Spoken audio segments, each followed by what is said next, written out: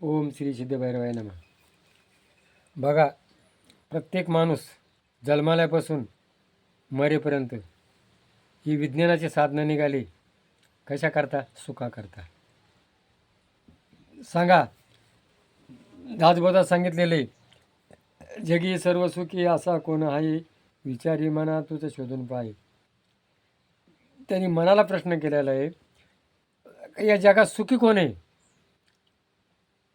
आणि मग सुखाचं उत्तर भगवंतांनी गीतेच्या दुसऱ्या अध्यायात दिलेले. स्थितप्रज्ञस्य का भाषा समाधिस्तस्य केशवा. भगवंतांनी सांगितले, आत्मा कसा आहे? अमर आहे, देह नाशिवंत आहे. या आत्म्याला कोणी जाळू शकत नाही, कोणी मारू शकत नाही, आणि तो मरतही नाही. हा जसा जुना कपडा टाकतो, नवा करतो, तसा हा देह परिधान करतो.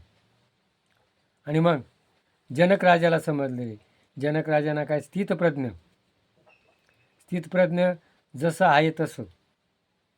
हिवाळा, उन्हाळा, पावसाळा, सुख दुःख समे कृत्वा तथा लाभ लाभो पराजय. सुख आलं ना प्रसादही, दुःख आलं ना प्रसादही. काय? पण भगवंता, मी तुला विसरणार नाही, मी सुखातही विसरणार नाही. आपण काय करतो? अंगाला ताप, देवा तू माय बाप. अंगा गेला ताप, देवा तुझ्या बापाचा मी बाप.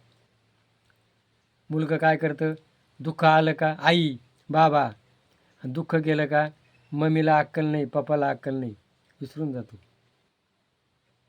म्हणून स्मरण करा, हा क्षणभंगुर नाही भरवसा, सोडी माया तोडी आशा. हा देह क्षणभंगुर आहे, हे जीवन स्वप्नावत आहे, या मायात आपण गुरफटलेलं आहे.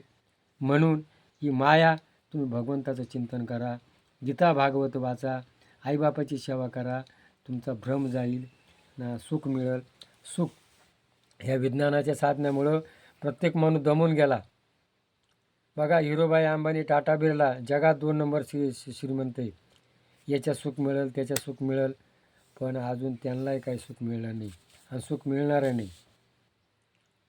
बघा, कोळसा काळा असतो, तो ढवळा कसा होईल? ज्या वेळेला तो जिथून आला, कुठून आला? अग्नीपासून, आणि तो अग्नी जाऊन टाकून तो काय सफेद होईल. तसा हा ध्येय भगवंताने दिलेला आहे. या भगवंताला सुख मिळवाय, तुझ्या पायी सुख सर्व आहे. तुकारामाने सांगितलं, भगवंताचं चिंतन करा, सत्कर्म करा, जगा आणि जगू द्या, प्राणीमात्रावर दया करा, तुम्ही खा आणि त्याला द्या. ही भावना ज्या वेळेला ठेवेल त्यावेळेला तुम्हाला सुख मिळेल. आणि मग हे जर पटलं असेल तर क्लिक करा. जय भैरवनाथ.